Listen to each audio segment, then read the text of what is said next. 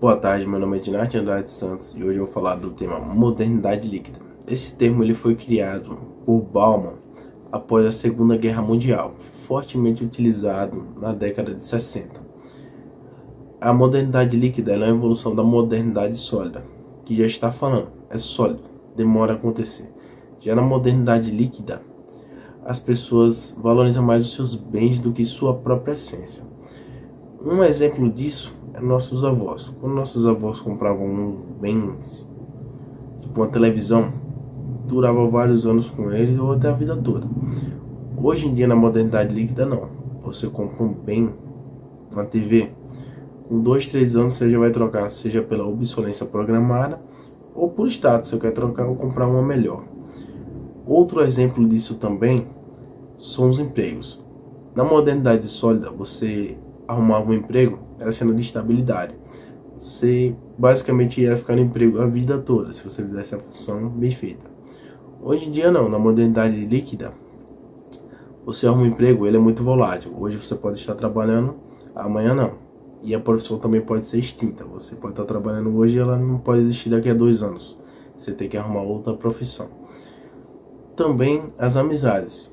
Com as redes sociais, a modernidade líquida ela ficou pior, porque qualquer briga que você tem, qualquer desentendimento, a pessoa ela não procura atrás de correr, resolver os problemas, ela simplesmente com um clique ela já desfaz a amizade. Isso acontece muito na modernidade líquida.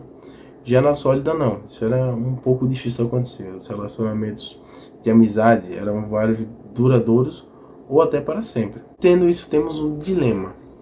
Joãozinho, ele está em dúvida entre qual modernidade ele quer utilizar. Ele gosta das duas e ele está em dúvida se ele pode utilizar a sólida, a líquida, ou ele pode chegar no meio termo e utilizar as duas ao mesmo tempo. Bom, eu aconselharia Joãozinho ele pegar os pontos positivos de cada uma, como a modernidade sólida, ele pegar as relações duradouras, e na modernidade líquida ele pegar a facilidade de aprender, como as coisas são mais fluidas. Também sobre emprego, se ele não gostar da profissão dele, ele pode mudar de profissão teoricamente mais fácil do que na modernidade sólida. E não necessariamente ele pode utilizar um ou outro. Ele pode utilizar os dois e tirar bom proveito dos dois no seu dia a dia. O trabalho virtual se tornou muito popular nos últimos anos, principalmente após a pandemia do coronavírus, por oferecer algumas vantagens, como a comodidade e o conforto de trabalhar dentro de casa sem precisar se locomover. Agora, como nada é 100% vantajoso, o trabalho virtual também possui algumas dificuldades, principalmente a dificuldade de o supervisor e o seu empregado estabelecer uma relação de confiança. E por isso, muitas empresas passaram a adotar softwares de monitoramento para monitorar as atividades dos seus funcionários. Mas apesar de ajudarem bastante a contabilizar as horas de trabalho e garantir a segurança dos produtos da empresa, é preciso levar em consideração a privacidade e o bem-estar do funcionário, já que esses softwares podem ter recursos bem invasivos. Além disso, é válido considerar que muitas vezes as empresas não falam para os seus funcionários de que eles vão ser monitorados. Tendo isso em mente, imagine que você está em uma situação em que você está trabalhando numa empresa de forma virtual. E um belo dia o seu chefe te liga querendo que você faça um monitoramento nos seus funcionários através de um programa e ainda te ofereça um bom aumento de salário por causa disso. O que você faria diante dessa situação? Você aceitaria sem falar para os seus colegas? Você aceitaria com a condição de que seus colegas fossem avisados? Ou você não aceitaria? E ainda se você não aceitasse, você avisaria para os seus colegas depois sobre essa possibilidade? Bom, eu particularmente não sou contra esse tipo de monitoramento, pois eu acho que pode ajudar em algumas situações. Por isso, eu provavelmente aceitaria esse trabalho, no entanto que eu pudesse avisar os meus colegas sobre isso e como esse monitoramento seria feito. Pois eu estando no lugar deles, eu gostaria de saber se o meu computador estará sendo fiscalizado por outras pessoas, pois eu preciso tomar providências para que dados meus não sejam vazados ao consultar eles durante o trabalho. E por isso eu tentaria negociar com o meu chefe para saber quais informações ele quer que eu fiscalize dos meus colegas para que eu possa fazer isso de forma menos invasiva possível. Mas e se ao final dessa conversa entre eu e meu chefe, nós não chegássemos a um acordo, mesmo com o aumento de salário oferecido, eu não aceitaria a proposta, porque eu não quero fazer algo com que eu não concorde e que ainda possa deixar os meus colegas desconfortáveis e até mesmo invadir a privacidade deles. E dentro desse cenário em que eu não aceito a proposta, eu acho que eu não falaria para todos os meus colegas sobre essa possibilidade de monitoramento, mas provavelmente falaria para alguns com quem eu fosse mais próxima. Isso porque o meu chefe ainda pode pedir para outra pessoa fazer esse trabalho, já que eu não aceitei. E se eu falar para todo mundo sobre essa possibilidade, essa pessoa em que meu chefe confiar o trabalho pode falar para ele que eu já espalhei para todo mundo que eles podem ser vigiados, e isso abalar a confiança que meu chefe tem em mim. Na sociedade atual, perante todo o avanço tecnológico alcançado, é imprescindível que a liberdade de informação seja um direito garantido a todos, sem restrições. Ela atua como uma extensão à liberdade de expressão, a qual é garantida pela Constituição Federal Brasileira em seu artigo 5º. Podemos dizer que a liberdade de informação abrange diversas áreas, desde a liberdade de imprensa até o acesso a documentos públicos, o qual geralmente é disponibilizado em portais de transparência governamental. Entretanto, na última década tem sido evidente o surgimento de novas entidades que possuem relação direta com a liberdade de informação na internet e tem influenciado as pessoas que utilizam esse recurso, além de alterar seu modo de vida. Essas são as redes sociais, cujo conteúdo disponibilizado tem influenciado diretamente o bem-estar das pessoas e seu comportamento, podendo ser benéficas ou até causar danos àqueles que a utilizam. Dado esse contexto, podemos considerar que as redes sociais têm utilizado poderosos artifícios para tentar converter cada vez mais usuários para suas plataformas e para mantê-los nelas pelo maior tempo possível. Essas redes utilizam algoritmos e ferramentas para tentar prender o usuário em sua rede, utilizando o sistema de recomendação. Esse sistema funciona da seguinte forma: ele de certa forma aprende os gostos do usuário e passa a recomendar cada vez conteúdos mais parecidos com aquilo que é expressado pelo seu gosto, o que acaba tornando aquele perfil uma grande bolha, que sempre recebe mais do mesmo. Porém, os métodos utilizados para realizar essas ações ainda não são públicos. Muitos especulam, mas ainda não há como saber se as redes sociais, as quais geralmente possuem acesso à câmera e ao microfone dos usuários, utilizam esses equipamentos para, de certa forma, espionar o comportamento do usuário e captar as expressões e reações deles às publicações, para assim fornecer cada vez mais conteúdo e anúncios personalizados. Isso iria converter um percentual de lucro para aquela empresa, utilizando ferramentas que talvez não seriam tão éticas. Dessa forma surge o seguinte dilema: é importante que sejam públicos os algoritmos de recomendação das redes sociais, ou isso seria uma ameaça à estratégia de negócio das empresas? Na PL 2630 do ano de 2020, esse assunto é abrangido. Conhecida popularmente como Lei das Fake News, que tinha um objetivo inicial de combater a desinformação na internet, garantir a liberdade, a transparência e a responsabilidade no ambiente virtual, um dos artigos propõe que as Big Techs sejam obrigadas a descrever como funcionam seus algoritmos de recomendação de maneira objetiva.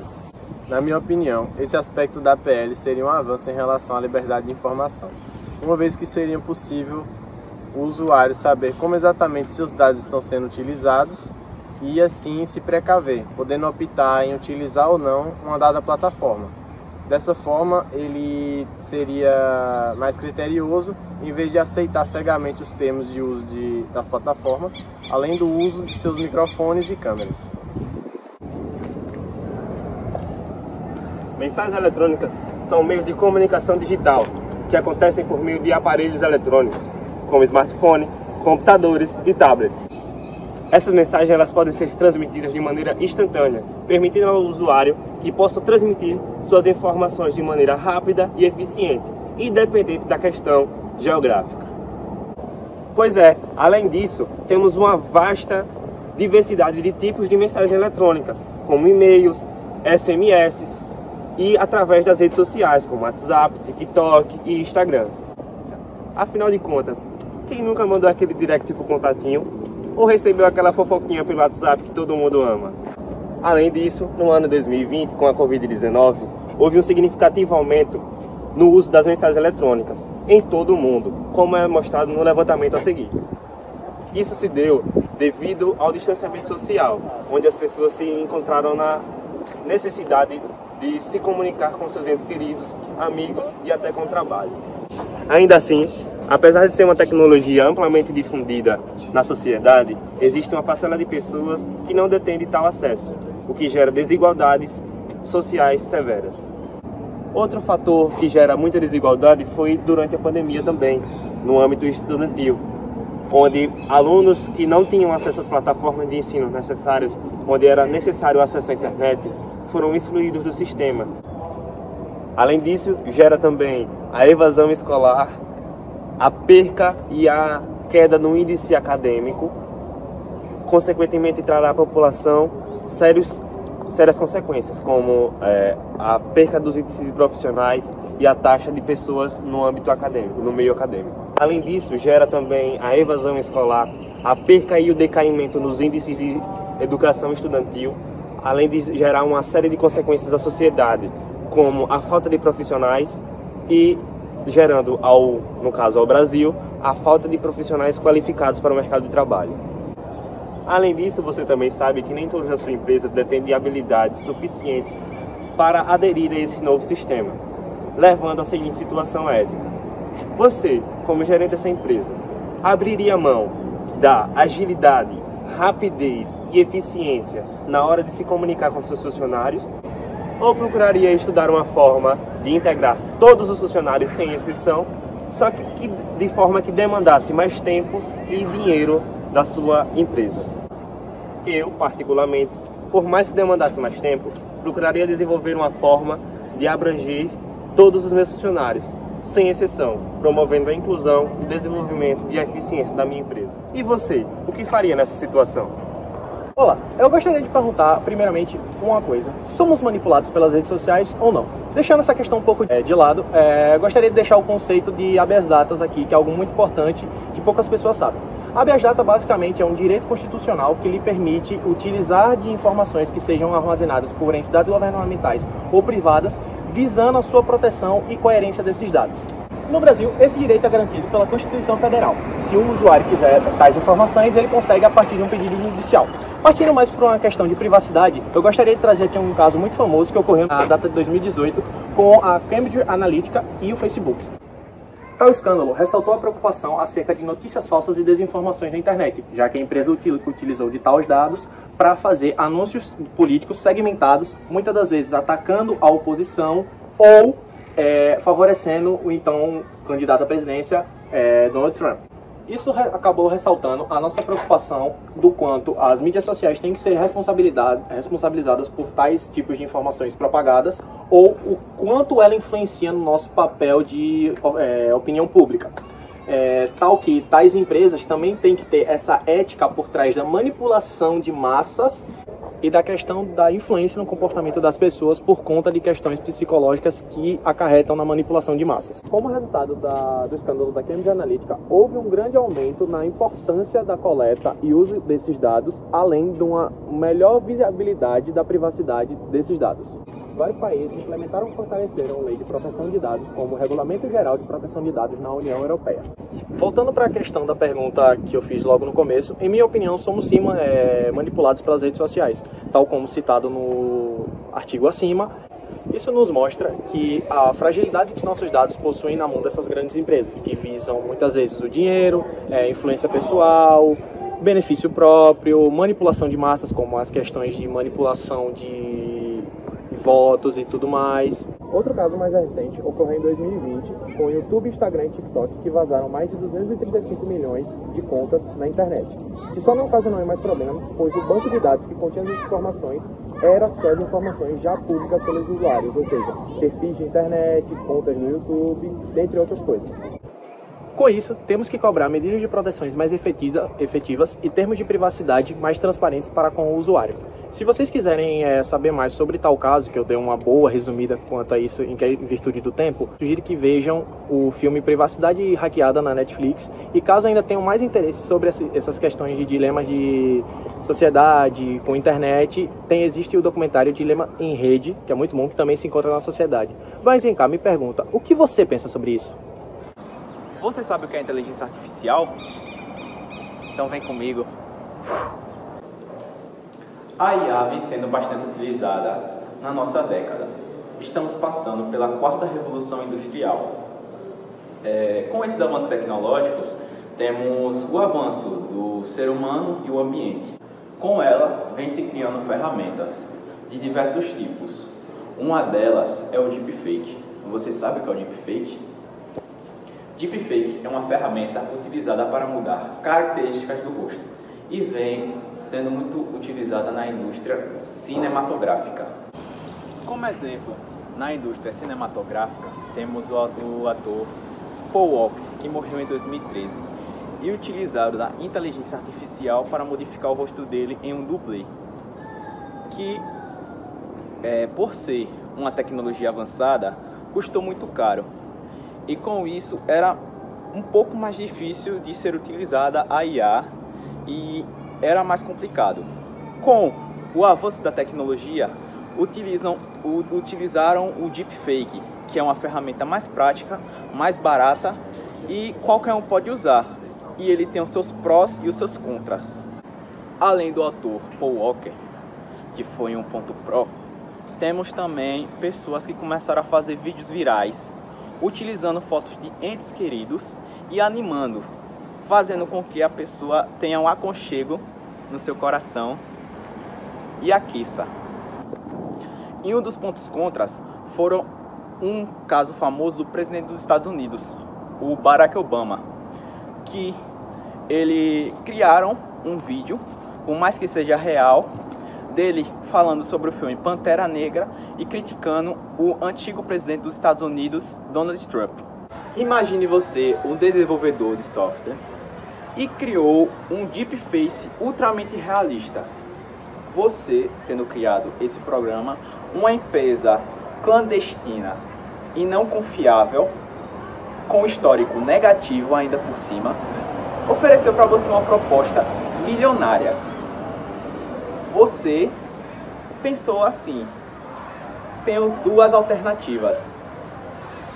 A empresa, eu vender o meu software ultramente realista para a empresa, que pode gerar afins criminalistas, ou eu ficar sem o dinheiro e perder essa grande oportunidade. O que você faria? Bem, na minha opinião, eu aceitaria essa proposta milionária, pois quem vai praticar os atos ilícitos é a empresa. E eu, na verdade, não teria nada a ver com isso, porque depois que eu vender o programa, não seria mais meu, seria agora da empresa. Então eu aceitaria essa proposta. Você sabia que a ética é um ramo da filosofia que estuda o comportamento ético e os princípios sociais da sociedade? A ética, ela estuda na sociedade o que é bom, o ruim, o certo e o errado e o justo e o injusto, de acordo com cada ramo da sociedade. De acordo com a nossa área de estudo, que é a computação, a ética ela é estudada recentemente na nossa área, que surgiu lá na Guerra Fria, nos anos 80, e vem agora a ser debatida nos anos mais recentes, 2010 e 2020. Um dos tópicos que eu vou abordar é como as empresas usam a tecnologia para, assim, interagir com o meio social. Um dos pontos a ser abordados é o uso indevido de dados pessoais.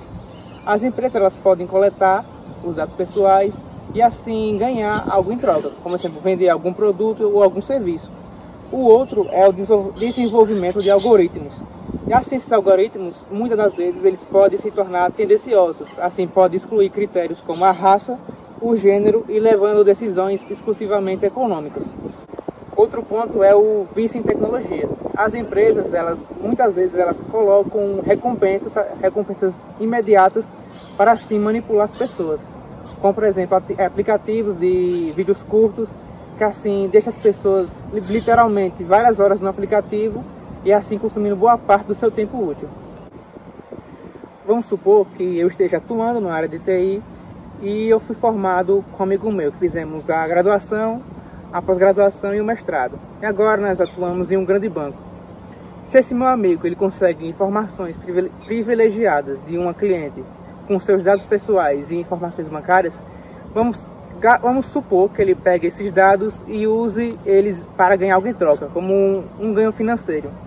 Se eu denunciar esse meu amigo, ele vai perder a sua carreira como profissional de TI e também vamos perder uma amizade. Se eu deixar isso em off, vamos supor, o banco vai ficar inseguro e assim vários clientes podem acontecer a mesma coisa. E na minha opinião, eu denunciaria esse amigo, pois apesar de tudo, o banco tem que ficar seguro e assim também como as informações dos clientes. E você, o que você faria no meu lugar? O que são os códigos de ética da computação?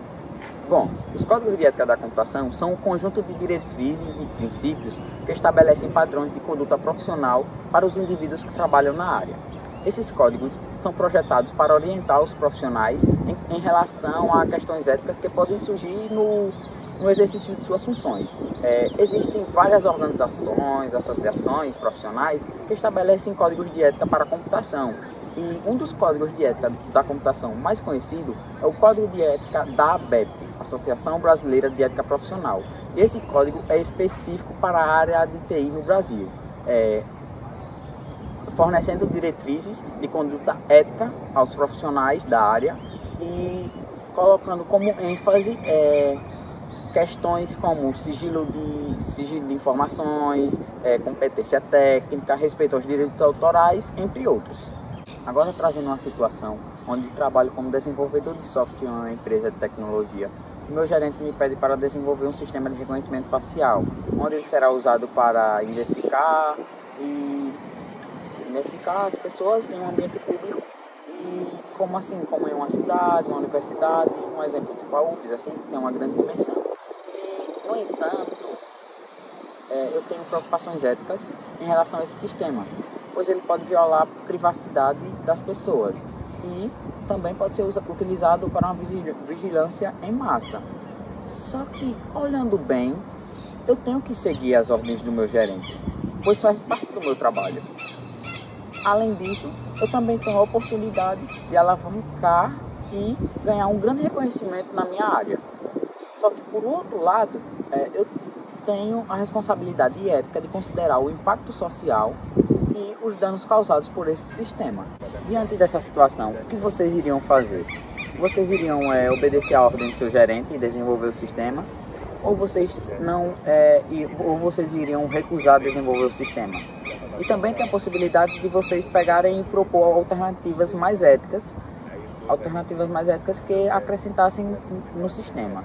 Bom, nessa situação eu iria propor alternativas mais éticas, como desenvolver um sistema que garanta a privacidade das pessoas, ou que seja apenas utilizado para fins específicos.